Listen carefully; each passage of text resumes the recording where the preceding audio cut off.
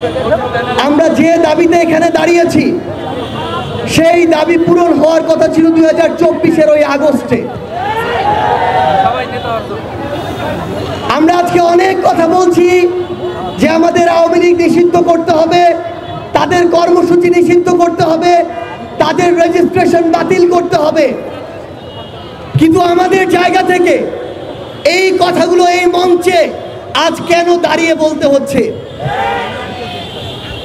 আজকে যদি আমরা এর পিছনে সরাসরি কারণগুলো দেখি, আমাদেরকে এই আওয়ামী লীগ নিষিদ্ধ না করার জন্য বিভিন্ন মহল কি কি কারণ দেখাচ্ছে, পায় তারা দেখাচ্ছে।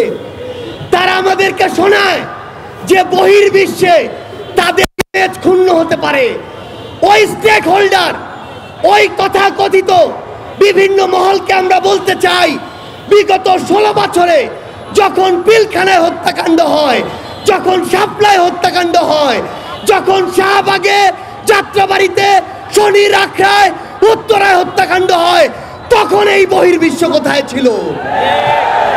তারা আমাদেরকে ওই পশ্চিমাদেরকে দৃষ্টিভঙ্গি দেখায়।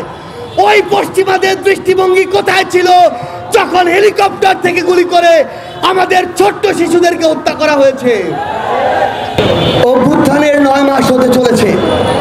আজকে আমাদেরকে কারণ দেখানো হয় কিছু মহল থেকে যে যদি এই বাংলাদেশের আগামী নির্বাচনে আবার আওয়ামী লীগ না আসে, তাহলে ওই ভারত কি না কি মনে করে বসে, যেহেতু ভারত আমাদের 3 দিকে আছে। আমরা স্পষ্ট করে এই অভ্যুত্থানের ক্ষেত্র শাহবাগ থেকে বলতে চাই, ভারতের দিকে আমরা তাকাতে পারি, কিন্তু ওই আধিপত্যবাদী ভারতের দিকে আমরা ঘৃণা করেও আর তাকাবো না। যেই ভারত এতগুলো খুনের হুকুমকারী ওই খুনি হাসিনাকে আশ্রয় দিয়েছে, সেই হাসিনাকে এই বাংলাদেশে ফেরত দেওয়ার পূর্ব পর্যন্ত ভারতের সাথে বাংলাদেশের সম্পর্ক স্বাভাবিক হতে পারে না। খাতা কলমের সম্পর্ক আর জনগণের সম্পর্ক কোনোদিন এক হতে পারে না। আমরা ভারতকে স্পষ্ট করে একটা কথা বলি, বাংলাদেশের সাথে যদি প্রতিবেশীর সম্পর্ক আগামীতে তারা দেখতে চায়, তাহলে যে সকল খুনিকে তারা ওই জায়গায় আরামায়েশের স্থাপনা আবাসন দিয়ে রেখেছে, তাদেরকে বাংলাদেশে পাঠাতে হবে এবং বাংলাদেশের মাটিতেই তাদের এই বিচার হতে হবে।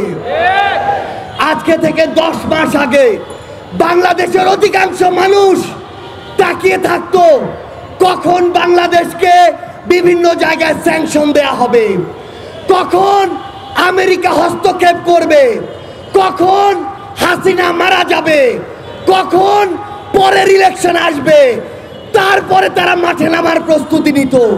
কিন্তু যেই ছাত্র জনতা রাজপথে নেমে জীবন দিয়ে এই খুনি হাসিনাকে দেশ ছাড়া করেছে, তাদের জীবনের এই যে হত্যাগুলো, এগুলোর বিচার হওয়া পূর্ব পর্যন্ত বাংলাদেশে অন্য কোনো কিছু নাম নেয়া এই অন্তর্বর্তীকালীন সরকারের মুখে মানায় না।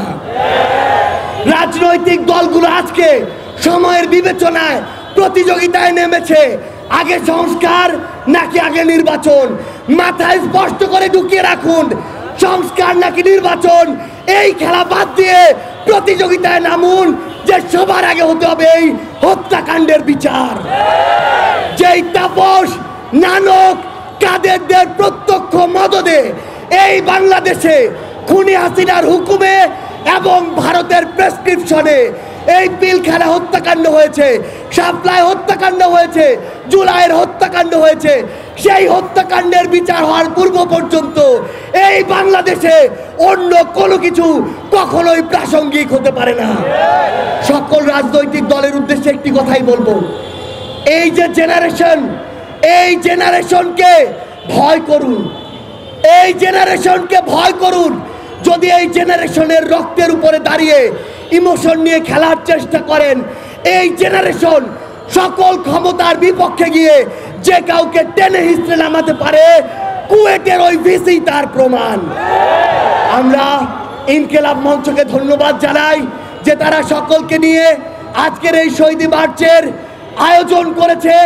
এই মঞ্চের সকল শহীদ পরিবার, সামনে থাকা সকল আহত যোদ্ধাকে সামনে রেখে একটি কথাই বলি, এই অন্তর্বর্তীকালীন সরকারের সবচেয়ে বড় লেজিটিমেসি হচ্ছে এই শহীদরা, এই শহীদদের হত্যার বিচার করার পূর্ব পর্যন্ত এই অন্তর্বর্তীকালীন সরকার যদি অন্য কোনো কিছুর চিন্তা করে তাহলে তারা তাদের সারা জীবনের এই রক্তের দায়বদ্ধতা কখনো এড়াতে পারবে না।